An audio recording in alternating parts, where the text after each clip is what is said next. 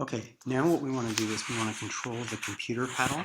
So the way we're going to do that is, let me go onto the computer paddle, and we're going to use some of our variables. Computer, there we go. And instead of having the down arrow and the up arrow control the computer paddle, we are going to move it.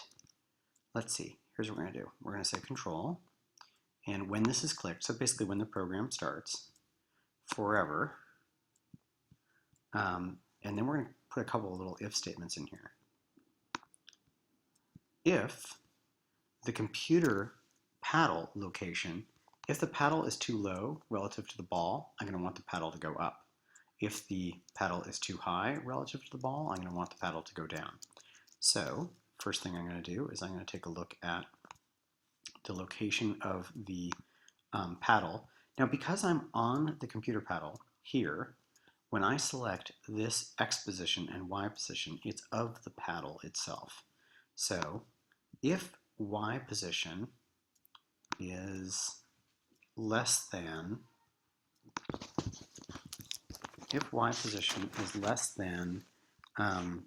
ball Y position, ball's Y location,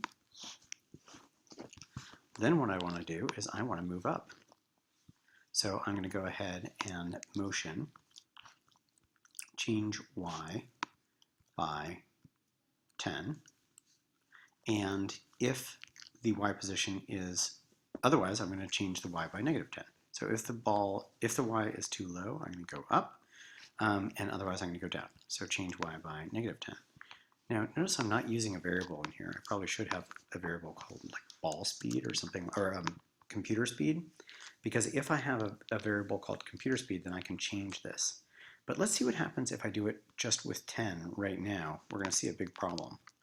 Oh, that's interesting. It's not moving at all. So why is it not moving at all? So our paddle isn't moving. Change Y by, if Y position is less than ball's Y position. Oh, I know why. Because I created the variable ball's Y position, but I never actually said what that variable equals.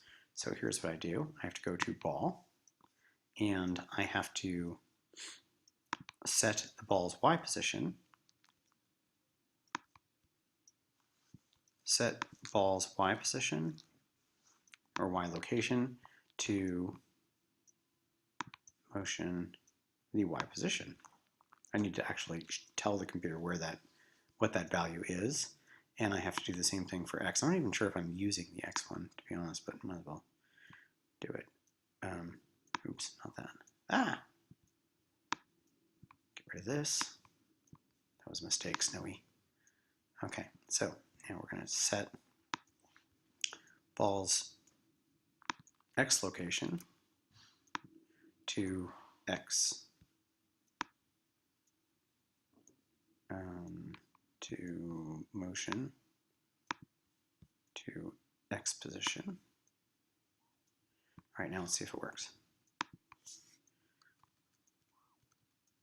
Okay, and you can see that my little guy is absolutely tracking the ball.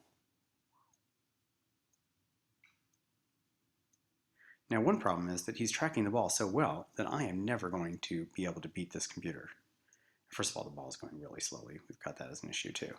But we could solve that. But do you notice that there's no way that I would ever be able to beat the computer? Because let's say I change the variables so that the initial ball's X movement was, let's say, 5. Okay. This guy's going to cream me because he's always going to be in the right place. So I need to do something to make sure that there's some randomness or something.